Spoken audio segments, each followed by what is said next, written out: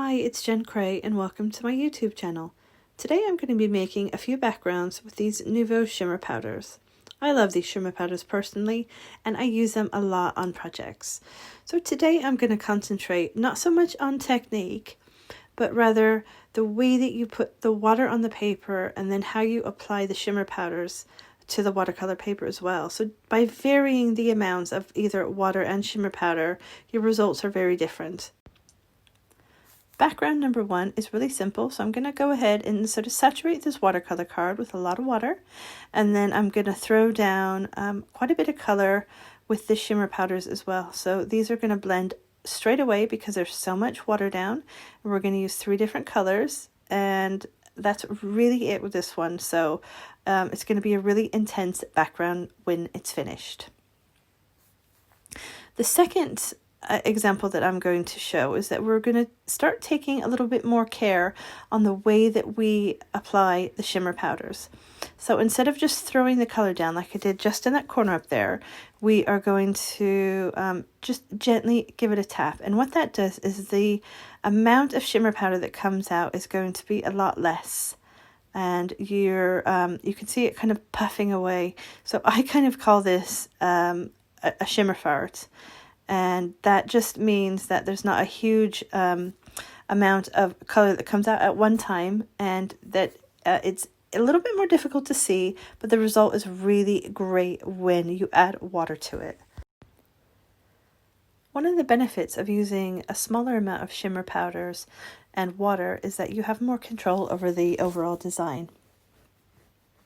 So I like using this technique personally because I do enjoy white space.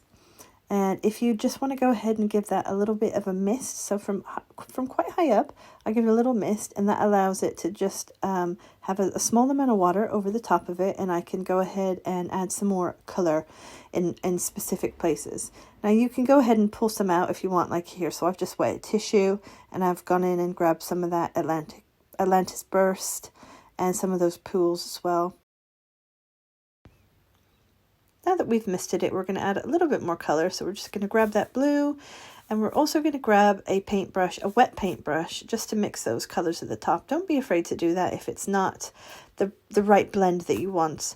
So we're going to finish this off with some violet Brocade, and this shimmer powder, I think personally, is one of the most highly pigmented shimmer powders that there are. You only need a tiny bit. Now you wait and you watch and what happens when this when water goes to it. It just goes pop right all over the page, and it's absolutely stunning.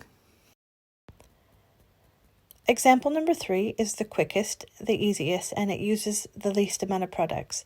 So we're just going to go ahead and put those puffs of color down, so you can see those, you can see the puffs coming out rather than using a lot of color. And you just want to go ahead and add that to your dry watercolor paper. Pick the colors that you want. So I'm going with the violet Brocade again, and the blue, and the Atlantic burst, I believe. And then what you do is you're just going to give a gentle mist of color and leave it. This won't look like much until it's dry, but it will dry to a beautiful background. Example number 4 is going to be kind of a mixture of 1, 2, and 3.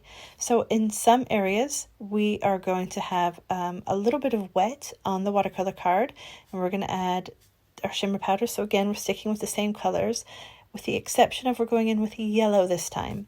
And why I'm going in with yellow is because we are laying down more color, and when these shimmer powders dry, they have a tendency to go a little bit dark. And so if you add that yellow into the green, then you're actually pulling up that color, and then you're going to have some highlights instead of everything looking so dreary. I really like using yellow to do this into my shimmer powders, and you only need a tiny bit as well. You can, yellow works with the purples, the blues, and the greens, so you don't have to worry about any muddiness. Our 5th example is a little bit different, so we're going to be using a rainbow of shimmer powder. So I've gone from violet to pink, but if you don't have those, just use whatever you want, a couple. It doesn't matter if we haven't gone from one side of the paper all the way to the other. The important thing is that we lay the color down in the same way, all at the top. So you want to pick your watercolor card up now, which is dry, and then you're going to spray quite close to the shimmer powder in a downward motion. And this is going to drag that color down and kind of give like a rainbow splattered effect. I love this. It looks so pretty. Now keep spraying, so you're going to use a lot of water until you're happy with the design that you've got. Now you're going to have some color down at the bottom, and it's got that rainbow color. I would normally pick that up with some more card, but I didn't have any to hand, so I just mopped it up with a little bit of a wet tissue. But that would have looked just as nice on another piece of card. So wipe the bottom there so you're not getting like big pools of water, and then just let that dry naturally. It's just a different way. It's really fun, really easy, bright and beautiful. So now that we've let all of our 5 backgrounds dry, I'm going to go through and show you what they look like. The shimmer powder backgrounds tend to look different when they've dried. They tend to go darker and the color blends out a lot more. So this first one that we did was we threw down a lot of water and we threw down a lot of color, and it's all kind of blended together. It's very dark and heavy. I would tend to use something like this for die cuts rather than backgrounds, because it's a little bit too dark for me, but just as effective. The second one, we sort of modeled it around a little bit. So we used about 3/4 less water and shimmer powder than we did in the first one, and you can see that the colors are broke up a little bit more. We've got some more white space in there, and the green is being pulled out a little bit more, so the colors are more distinguished and it's not quite as dark. The third example was the lightest one that we did, and that was the one with like puffs of powder, so your shimmer farts really. And this makes a really beautiful background. It's very subtle, it's very delicate, and when it's put on a card it looks amazing. The fourth example is a mixture between 1, 2, and 3. So we have some of the dark areas where the color has really gone together.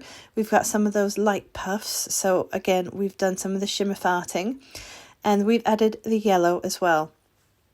So what that does is we've pulled up the greens, we've got those beautiful highlights, and we also have those really rich purples as well. So I think it's kind of best of both worlds. This might be my favorite. I'm not sure yet.